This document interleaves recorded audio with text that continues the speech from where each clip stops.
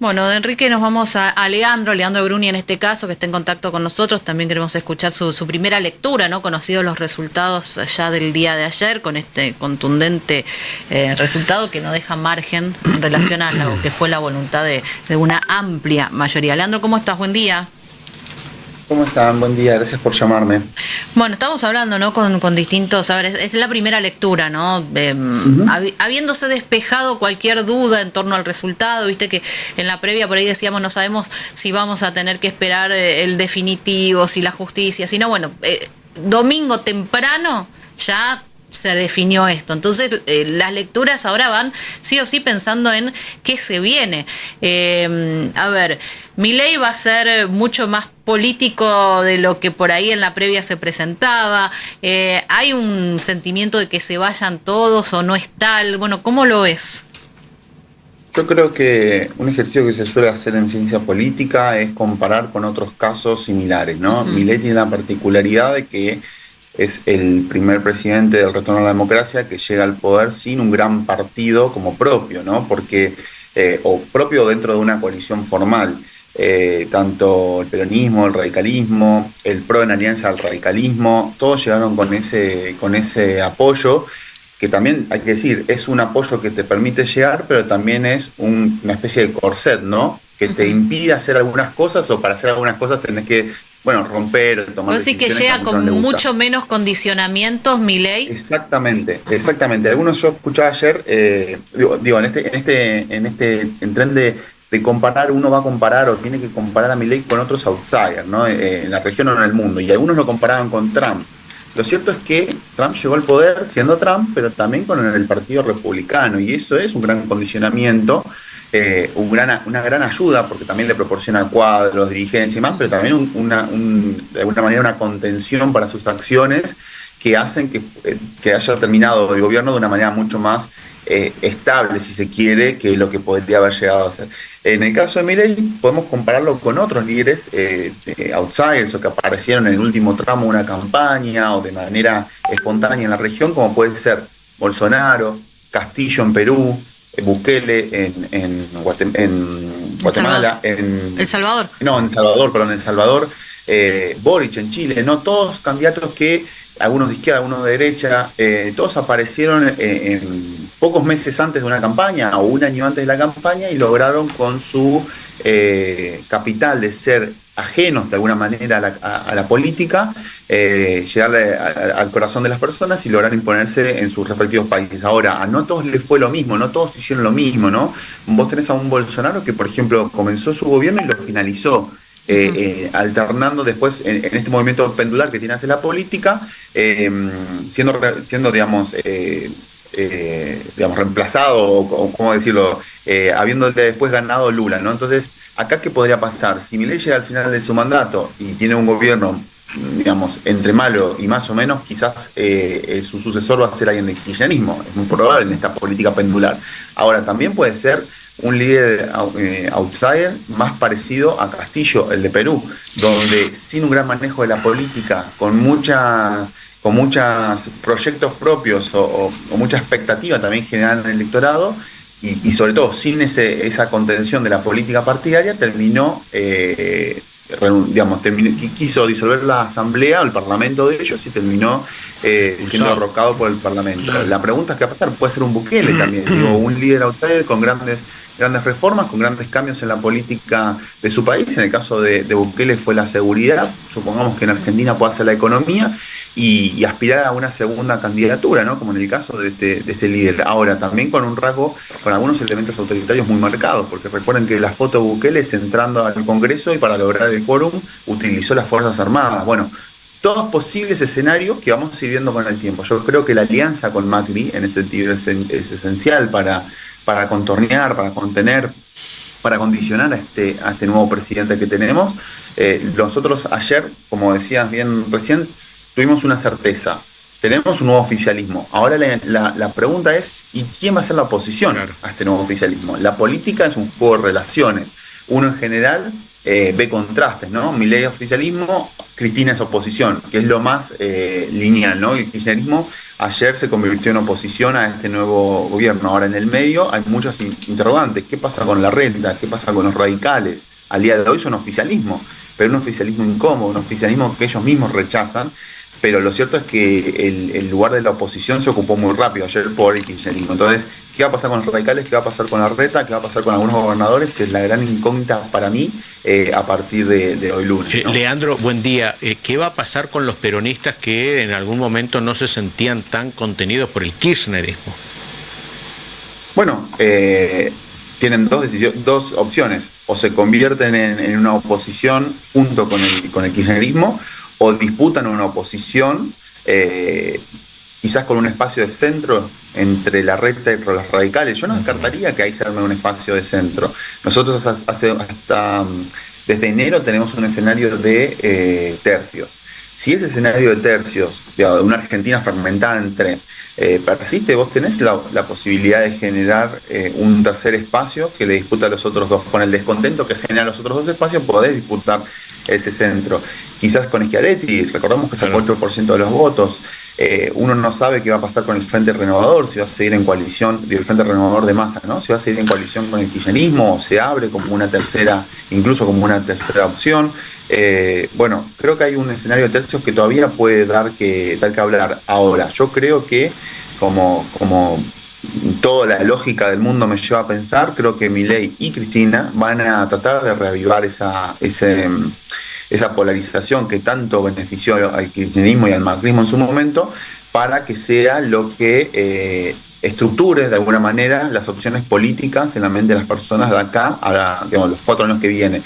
La polarización es un tango, es un juego de a dos, es un baile de a dos, que beneficia a dos. La polarización no beneficia a uno, beneficia a los dos que están bailando y perjudica al resto, porque en la cabeza de las personas lo que hace es decir, estas son las únicas dos opciones. Supongamos al día de hoy, o la Libertad Avanza o el kirchnerismo, o el liberalismo o, no sé, peronismo, kirchnerismo, llamémoslo como sea. Siempre tiene que ser positivo en el sentido de que uno se presenta en términos positivos, ¿no? Milei te va a decir, o es liberalismo o es populismo. Cristina te va a decir, o es un país o el nacionalismo o el peronismo, o es esta irresponsabilidad. Bueno, ahí va a ser como cada uno se presente, pero yo creo que ese va a ser el camino que van a intentar buscar, sobre todo si Macri sigue vinculado a Milei. Va a intentar que esa polarización con el kirchnerismo, con el cristinismo, prolifere. Bueno, Bruni, pero a ver, la historia reciente muestra que si bien hubo la famosa grieta y todo lo demás, apareció este tercer sector que tiró abajo esta polarización, y a tal punto que tenemos un presidente que estaba por fuera de esa polarización. Pero uno analizando rápido, la apuesta de Macri y Bullrich por respaldar en esta segunda vuelta electoral a Milei creó, una división dentro del PRO. Bien lo mencionaba, que va a ser la reta, pero también creó una división dentro Juntos por el Cambio, porque los radicales tomaron decisiones absolutamente individuales, cada uno de los jefes políticos de esta fuerza. Y en el peronismo también se nota, se habían juntado todo para ver si podían mantener, su espacio de poder, pero en realidad estaba absolutamente quebrado también. Entonces tenés, por un lado, lo que hoy es oficialismo, absolutamente quebrado, y lo que era la oposición más fuerte, que es Juntos por el Cambio, también absolutamente quebrado, Milei encontrará allí, un espacio totalmente disperso entre las diferentes fuerzas que en su momento eran parte de la polarización y hoy están totalmente divididos. Sí, yo con el tema de que esto primero que decías, de que vos no ves la polarización en este resultado, yo lo que te diría es, en campañas electorales, cuando uno construye una estrategia de campaña y cuando uno la ejecuta, lo que intenta hacer es que se establezca un terreno de la campaña para discutir. Un terreno de campaña significa que como equipo de campaña yo intento que la discusión en la conversación de los argentinos, de los electores en general, me beneficia a mí planteándole básicamente dos opciones. Siempre es así. Entonces, por ejemplo, esta campaña, este año 2023 tuvieron alrededor de 5 terrenos de campaña en disputa. Uno, por ejemplo, fue el de continuidad oficialismo, ¿no? Entonces, fíjate que si yo te planteo ese terreno, continuidad oficialismo, y soy Milei o soy Bullrich, la idea es que me beneficie a mí porque soy el cambio perdón, dije continuidad, oficialismo, cambio, continuidad, quise decir. Si te planteo eso, entonces, vos fíjate que el 70% de los argentinos durante este año votó todo el tiempo cambio, no continuidad, a tal punto que Massa tuvo que asumir en su campaña algún elemento de cambio, aún siendo el ministro de Economía. Claro. Otro fue, por ejemplo, kirchnerismo antikirchnerismo, otro fue casta anticasta. Bueno, yo creo que parte del éxito de Milei en este balotaje fue por la alianza que hizo con Macri y beneficiarse del terreno de disputa, como decir, esta polarización entre kirchnerismo y antikirchnerismo. Eso fue lo que lo benefició. Vos decías, hay tres espacios en este balotaje. Y en este balotaje no hubo 3 espacios. La pregunta es si Milei va a poder retener el apoyo o los votos prestados, entre comillas, que obtuvo de Juntos por el Cambio en el balotaje, porque recordemos que si uno dice cuáles son los votos de Milei, y son 30%. No son 50 y pico que sacó ayer, porque gran parte de esos votos él retuvo el 90% de los votos de Juntos por el Cambio, pero hasta el día de hoy son prestados. Él va a tener que contenerlos, convencerlos, incorporarlos. Por eso digo que la alianza con Macri es tan importante, y con algunos sectores del radicalismo, sin duda. El radicalismo lo que mostró en esta campaña de balotaje fue la incapacidad de tomar una decisión política de apoyar a un candidato. Para una fuerza política eso es muy grave, que vos no puedas apoyar. Bueno, algunos lo hicieron, Valdés en Corrientes lo hizo, de hecho, apoyó abiertamente a Milei, pero otros no pudieron. Yo creo que esa indefinición creo que les va a marcar un escenario muy complejo, que van a tener que tomar decisiones por la positiva, apoyar y jugársela por alguno de los candidatos, si no van a quedar muy desmarcados. Digo, quizás la decisión no sea por Milei o Cristina, quizás va a ser un espacio, un tercer espacio a crear, donde van a tener que construir un liderazgo nuevo, donde va a tener que tener caras nuevas, donde quizás puedan entrar a jugar las palomas, estas llamadas palomas del PRO, ¿no? Larreta, Abeluto, compañía, a marcar un nuevo liderazgo pensando en 2027. El kirchnerismo tiene claro hoy en día que ayer se convirtió en oposición, que es un buen escenario para el kirchnerismo después de este año, después de estos 4 años complicados que tuvo de gestión. Convertirse en oposición es una jugada importante en este ajedrez político, y por lo menos ayer ya tiene un candidato a disputar la presidencia de la Nación dentro de 4 años. Kicillof, el único gobernador peronista kirchnerista que está en pie. Sí, Leandro, te hace Miguel la última pregunta antes de la pausa. Bueno, simplemente respecto a esto que planteabas del radicalismo, la verdad que tiene en los próximos días una primer parada clave, que es redefinir las autoridades de su partido. Cuando se habla de la convocatoria de la convención y de algunos candidatos que andan dando vueltas ahí o dando algunos nombres que suenan, entre esos el de Gustavo Valdés. Claramente Morales perdió ayer, y las posibilidades tal vez de colocar a Lustó como su sucesor también se cae a partir de lo que ocurrió anoche, digamos. Sí, coincido con tu análisis. Me parece que la jugada de Valdés con el diario del lunes fue positiva en el sentido que se muestra como ganador. Ahora, también tiene una debilidad o un aspecto a tener cuidado, porque al haber apoyado al que es presidente de hoy, cargas con la responsabilidad de haber apoyado al presidente, digamos, ¿no? Ah. Entonces, Morales perdió ayer, pero quizás pueda ganar en estos 4 años si a Milei le va mal. Si se construye como la oposición. Eso es lo que te decía, que Cristina termina siendo una de las ganadoras, o por lo menos no perdedoras directas de la noche, porque ella se construye como oposición. Entonces, todo lo que Milei fracase, ella lo puede capitalizar. La política es un juego de contraste, de vuelta. Entonces, afortunadamente o lamentablemente, se mueve así. Si vos te construyes como oposición, vos tenés la capacidad de capitalizar. Quizás no lo puedas hacer, quizás los argentinos ya no te creen, o piensan que son más de lo mismo, que es lo que pasó este año. Gran parte de la fragmentación en 3 fue porque hubo una oposición, digamos, a principio de año todo estaba dado para que alguien de la oposición ganase las elecciones. Vos veías el mapa de Latinoamérica y viste una tendencia en toda Latinoamérica, ganaban las oposiciones. Muchos creíamos que tenían más posibilidad de ganar como oposición Juntos por el Cambio. Alguien de Juntos por el Cambio. Dentro de esos alguien, bueno, algunos creíamos que era Larreta. Bueno, nada de eso pasó, fíjate. Perdió Larreta, que era el que más creíamos que iba a ganar. Perdió Juntos por el Cambio, que era la segunda expresión que más creíamos que iba a ganar, y terminó ganando. Alguien de oposición, sí, pero de otro espacio. Yo creo que ese es el gran desafío. Valdés tiene que, digamos, como bien decías, ir por el radicalismo, pero también tener tomar la decisión si él quiere ser oficialista de Milei o si quiere construir una oposición a Milei. A partir del día de hoy se le presenta un escenario complejo. Bueno, ese escenario lo puede construir. No decisiones políticas ese escenario lo va a tener que pagar los costos. Exacto, pero ese escenario lo puede construir desde este núcleo de 10 gobernadores que quedó constituido, digamos.